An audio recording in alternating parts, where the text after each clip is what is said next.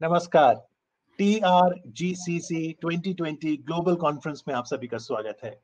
Technology का दौर है और आपके मन में भी यह सवाल उठता होगा कि अगर हम आर्टिफिशियल इंटेलिजेंस, ब्लॉकचेन टेक्नोलॉजी की बात करें, तो आखिरकार ग्लोबल कमोडिटीज बाजार में टेक्नोलॉजी का कैसे हम लाभ ले सकते हैं। इसी उद्देश्य से 3 दिवसीय वर्चुअल कॉन्फ्रेंस का आयोजन हुआ और उसका शीर्षक था trade reboot global commodity conference. इस कॉन्फ्रेंस में लगभग 3,000 प्रतिभागी थे और 60 से ज्यादा अंतर्राष्ट्रीय स्पीकर। आइए कुछ स्टेक होल्डर से बातचीत करते हैं। इस समय हमारे साथ हैं श्री देवेंद्र अरोलकर, डायरेक्टर मोहित मिनरल्स। देवेंद्र जी नमस्कार। नमस्ते जी, नमस्ते। जिस पैनल डिस्कशन में आपने भाग लिया उसका शीर्षक था future outlook of coal in the post कोविड-19 सिनेरियो। तो सेशन के मुख्य आउटकम्स क्या निकल कर आए? एक तो निकल कर आ रहा है कि कोल जो जगह पे था पहले बिफोर कोविड, वही जगह से पोस्ट कोविड में कंटिन्यू करेगा।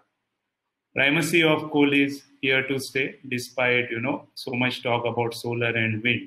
Okay, just to give you an example, 2022 में हमारा सोलर टारगेट है 100 गीगावाट एंड द एक्सपर्ट्स और जानकारों का एस्टिमेट है कि 50 के ऊपर भी नहीं जा पाएगा। So the balance requirement has to come from coal and it will continue. That is the first part. The second part is our country has been blessed with abundant reserves of coal. Okay. Unfortunately, for quite some years, the mining has not kept pace with the demand.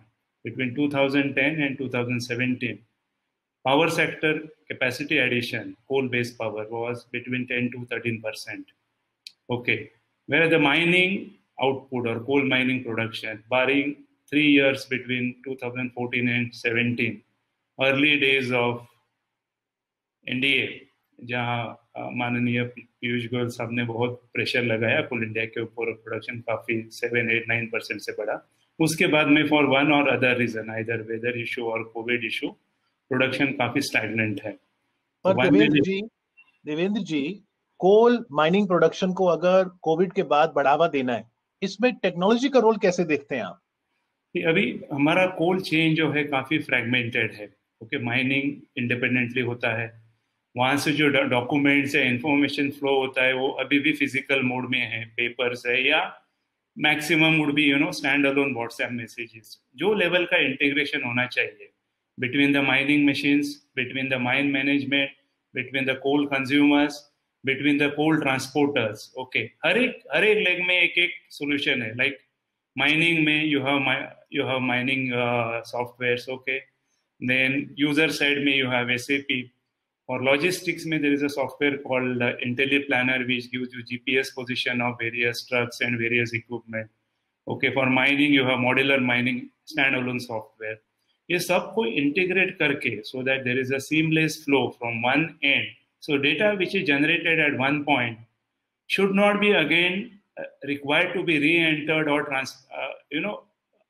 manually to another platform.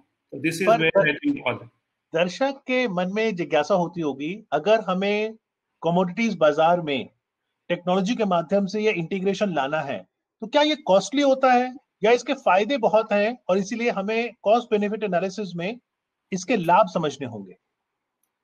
Integration में more than the cost, the discipline बहुत important होता है। If you maintain that discipline with respect to data integrity, timeliness, तो फायदे तो unlimited है।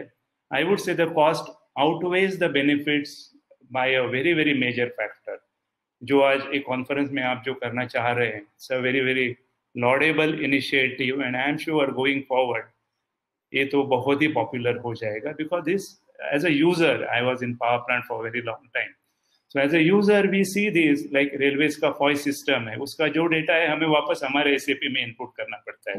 इंटेलीप्लानर का जो डेटा है हमें वापस इनपुट करना पड़ता है। डॉक्यूमेंट जो आते हैं उनको वापस री इनपुट करो। इसमें apart from man power and time, there is also a possibility of error, and reliability and integrity of the data becomes a big issue. So the seamless movement of data from one point to another point, from one stakeholder to another stakeholder, जो आप ये conference में करना चाह रहे हैं, it's a need of the hour for the next disruption and elevation of this entire chain to a next level. तो आखिरी सवाल देवेंद्र जी, एक तो आपने कहा कि भारत भले ही रिन्यूएबल एनर्जी की ओर अग्रसर है, लेकिन कोयले पर भी निर्भरता रहेगी। आने वाले समय में पोस्ट कोविड सिनेरियो में कोयले के अलावा और कौन सी कमोडिटीज हैं जिसमें आप बिजनेस के अवसर देखते हैं? आयरन ओर डेफिनेटली, बिकॉज अभी हम लोग तो चाइना को इम्यूलेट कर रहे हैं, करना भी चाहिए। उनके पास 150 करोड़ लोग हैं, हमारे वो पास 135 करोड़ लोग हैं, लेकिन इन टर्म्स ऑफ डेवलपमेंट हम काफी पीछे हैं। Okay, both on per capita GDP और कंजम्पशन पैरामीटर्स जो उन्होंने स्टील सेक्टर में किया है, इंफ्रास्ट्रक्चर बिल्डिंग ड्रिवन ग्रोथ जो उनकी है, that is one of the areas that we have. So I think हमारा स्टील सेक्टर भी काफी ग्रो होगा। तो iron ore could be another commodity, though like coal we are also blessed with good amount of iron ore domestically, I mean good quantum.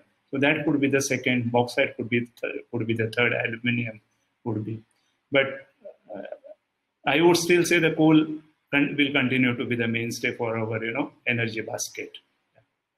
Ji, trade रिवोट द्वारा आयोजित इस global commodity conference में भाग लेने के लिए और हमसे बातचीत करने के लिए देवेंद्र जी, आपका बहुत बहुत आभार। Thank you very much. Thank you. Rajesh ji, नमस्कार। Good afternoon. नमस्कार अमित जी। Good to see you and thank you for your valuable insights in the session. I was tuned to that session. Thank you. So what we have learned.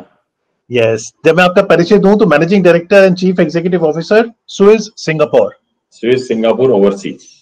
Swiss Singapore overseas enterprise. तो राजेश जी, मैं आपसे छोटे छोटे सवाल पूछूंगा, आप भी crisp जवाब 30 सेकंड के